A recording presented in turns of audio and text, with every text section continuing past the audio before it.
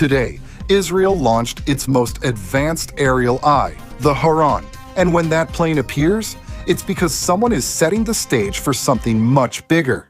Greetings, I'm Ari here from Israel, and today I'm starting with this for a reason.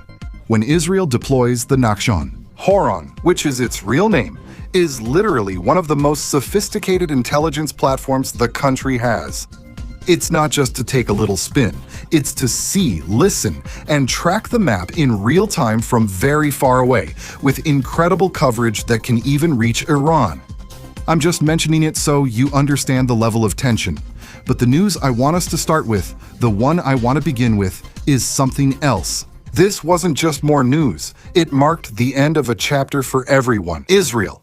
Yesterday, the country woke up for the first time in almost 12 years, knowing that there is not a single hostage, alive or dead, left in Gaza. Since Monday, people have gone through very difficult hours for two reasons at the same time. On one hand, there's the symbolic and emotional closure in the Iran case. On the other, escalating tensions in the Middle East involving the United States and Iran, with messages, deployments, and movements that little by little sound less like diplomacy and more like real preparation. Before I get into the details, share your opinion in the chat since we're all experiencing this together. In real time, like never before in history, throughout this whole unfolding of modern wars. Do you think this will end in an attack? Or do you think this is simply political pressure to force an agreement, obviously from the United States towards Iran? Let's remember that we've already seen this in the case of Maduro and Venezuela. In the end, everyone thought the United States was just bluffing, and very few imagined the surprise that we experienced. That honestly surprised us all. But alright, let's get to the matter of Rahn, who was buried today in Maitar. Literally. Rahn was the last hostage. It was 845 days since he fell in combat against Hamas terrorists, exactly on October 7, 2023. At the funeral, literally, the entire spectrum of the country was present. Family, friends, members of his unit, families of hostages, and high-ranking officials, including President Isaac Gerson and Prime Minister Benjamin Netanyahu, accompanied by Defense Minister Israel Katz, among many other personalities. The Israel Defense Forces published images and videos of the mission in which they recovered Rahn's remains as he was being identified. The discovery was made on Monday around 2 in the afternoon at the Al-Batesh cemetery in the northern part of Gaza City. In the middle of an entire operation, after it became known that Hamas possibly had identified the location of the site where the body was found. In this other video, we see a large honor guard from the Israeli police escorting him to the Abu Kabir Forensic Institute. The images that were gradually collected at the scene, at the place where Rahn's body was identified, are truly shocking images. Because ultimately, for everyone, for the soldiers who managed to be there, who were searching for these 2 years, it is literally a reward for perseverance, for not forgetting even the last of the kidnapped. And this, well, can be summed up in 3 words that I think are key: respect, dignity, and honor in his final journey. And all the photographs and videos that started to be shared and communicated on social media show the respect and the value, not only for Rahn's life, but for what this symbolizes. For Israel, it's the first day in almost 12 years that Israel wakes up knowing there are no more hostages, neither alive nor dead, in Gaza. And that's how a painful chapter closes for Israel. Of course, it doesn't erase the pain, it doesn't fix everything, but it closes a chapter after all. And the lingering question is, what does a country do with everything it has accumulated over these years? Because it's one thing to stay in rescue mode, and it's another to wake up one day and say, that's it. And just as Israel is processing all of this, the other big topic of the day comes in like a sudden blow. Because while today Rahn was being buried and the country was trying to catch its breath, the United States and Iran keep escalating, and the most sensitive hotspot right now is shifting. Before, a fact that, to me, is very symbolic of the level of alert we're at right now, and with what I started telling you in this video. Israel deployed the Orion spy plane today, described as Israel's most advanced intelligence asset, valued at $1 billion. Spotted on a mission under the call sign Black, it is claimed that this spy plane can track targets from Iran to Yemen in real time. It is the jewel of the 122nd Squadron of the Israeli Air Force. But I invite you to read this beneath this wind. And that's because when a country sends its most advanced intelligence platform into the air, that's not to keep it active or in shape or to give it maintenance, as many say.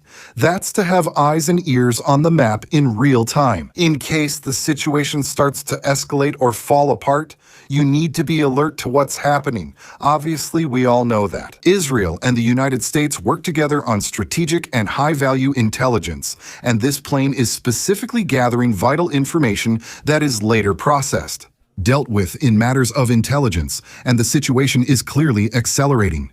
The President of the United States, Donald Trump, issued a direct warning. He said that a huge fleet is heading toward Iran and called on the regime to quickly negotiate a fair agreement. Where the central issue is nuclear weapons, Iran cannot have them.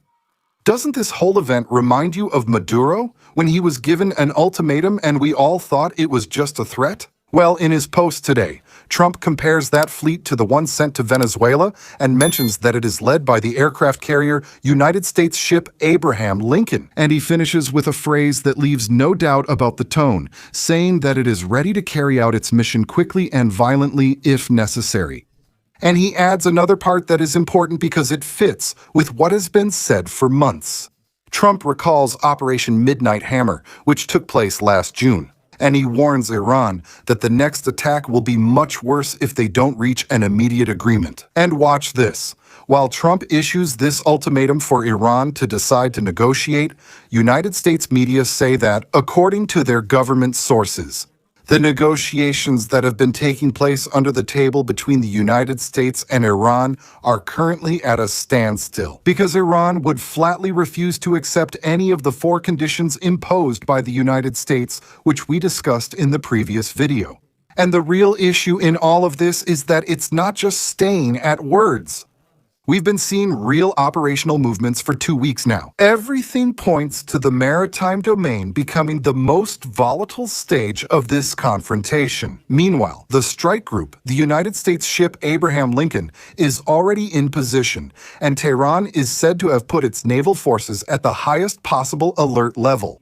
Now we must consider the assessments of military analysts like Danny Citranovitz from the Institute for National Security Studies. He points out that this time the maritime dimension could be much more central than in previous encounters.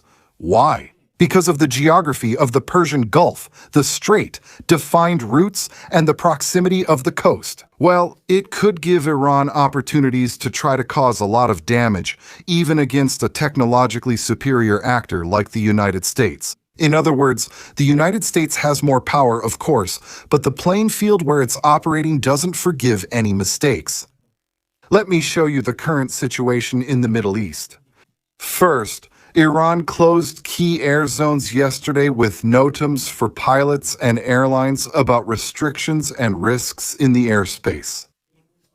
The notice mentions the immediate closure of the airspace in Hask from January 27th to 29th. This is the strategic naval base outside the Strait of Hormuz. Oil export from the Persian country. Boucher was also notified until January 31st. There is talk of live fire and danger up to 25,000 feet. In other words, it's not a symbolic closure. What this NOTAM's alert is saying is that literally no one can come near here. The second aspect is that the United States is deploying its electronic hunter. The RC-135, the Rivet Joint, arrived in the region. It's described as an electronic intelligence platform capable of capturing signals, radars, communications, everything related to communication signals. TOMA is specially equipped to geolocate devices, which connects to leaks about possible targeted attacks against Iranian leaders. This would suggest building a location network before taking action. Electronic. In other words, literally, the United States is mapping everything and marking all the heads of the Iranian regime. Thus, the United States electronic hunter joins the Israeli spy Rahn in the skies. Third point, a covert flight to Israel. Yesterday, a C-130J was detected flying from Kuwait to Tel Aviv with a phantom stopover in Cyprus. And given the level, it suggests sensitive cargo, specialized personnel, liaison, or encryption equipment. All of this happened through silent coordination between the United States and Israel. And to all this, there's also intense aerial activity near Iran, with a very specific list. And while all this is happening, Iran is also playing its strong card, deterrence. Iran made public a recording of an underground naval base equipped with cruise missiles designed to attack warships and aircraft carriers. This recording circulated through all the Arab networks and then reached all our networks here, both in the Middle East and the West. And the regime, with all this, has announced and repeatedly stated in recent days that it promises to sink United States ships and turn the sea into hell. Right in the middle of the escalation, and with the arrival of the United States ship Abraham Lincoln near its shores, another piece is added to this. Channels associated with the Revolutionary Guard released an AI-generated video titled "Message to the Lincoln Aircraft Carrier" showing ships, cruise missiles, and Iranian naval activity. A whole arsenal hitting the American aircraft carrier. All of this obviously described as psychological warfare in the midst of an escalation. And when a regime starts releasing videos, underground bases, messages to the aircraft carrier, and direct threats, it's because they want the other side to think twice about what they're going to do. The real question we need to ask, and I pass it on to you, is, are they doing this because they're strong or because they're nervous? And in the midst of all this, there's a detail that's not minor. Europe continues to evacuate personnel from the Middle East. This is happening almost every day. There's talk of an increase in European cargo and very important person flights to and from the region, suggesting the immediate evacuation of diplomatic and non-essential personnel. When diplomats start packing, it's because the atmosphere feels like something is about to happen soon. I want to take this chance to say something important. If you value clear, straightforward reports from Israel, so subscribe to the channel, press the subscribe button, also tap the little bell button to activate notifications so you know when I share a new report. And remember that channel memberships are active. This gives you access to a private news group on WhatsApp where we share daily updates about everything that's happening. For Israel, two key preparations must be taken seriously. First, reports from Iran yesterday showed a ballistic missile exercise which was shared and spread across all social media. Second, a report from Israel Hayom, an Israeli newspaper, where the United Kingdom, the United Arab Emirates, and Jordan would be coordinating together with Israel to intercept drones and missiles from Iran. Shared radars and logistics are mentioned, strengthening regional defense, shielding Israel, and isolating Tehran. At the same time, there's a very specific focus on the possibility of an Iranian attack through massive drone saturation. The records show that Iran has the capacity to manufacture around 400 drones per day. This means that in the event of an Iranian attack on Israel, they would use a saturation method. And what if this likely scenario happens? Israel is strengthening its defense with domestically made anti-drone systems developed by the company Elbit Systems, which provide detection and defense. The system can detect drones from a long distance for full 360-degree coverage. How would it work? By combining radars, radio frequency sensors, and electro-optical cameras to be able to detect drones from far away, giving them time to quickly classify them and decide on a response, either electronic neutralization through jamming or taking control. How would it work at a distance? A defense that's more certain than Kafka's.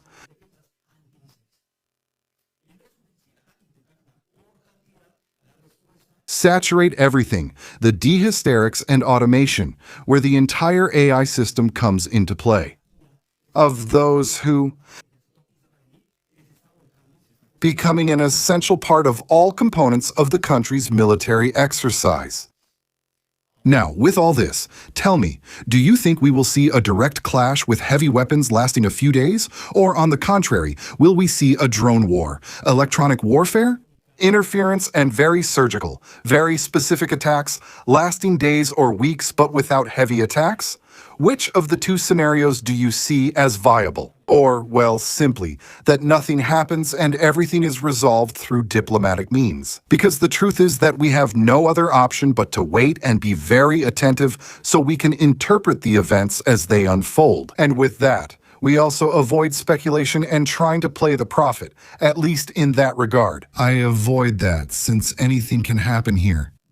And the scenario, just as we're seeing it, is following a pattern very similar to what happened both in the last war in June, the 12-day war, and what happened recently in Venezuela. There was a whole build-up. Days and days went by. People said nothing was going to happen after all, and well, we were surprised. From this, we can conclude that all the United States was doing during all those weeks was getting ready and putting all its pieces in place for the decisive and final blow. The position of the home front here in Israel, just so you know, is very clear. We citizens won't be told anything before the 3rd. We'll all find out at the same time. Once the eventual attack has begun against, it is known that the Ernava conflict, and in the coming days not maintaining the internal. That kind of luck happens with the left. We can't expect it to.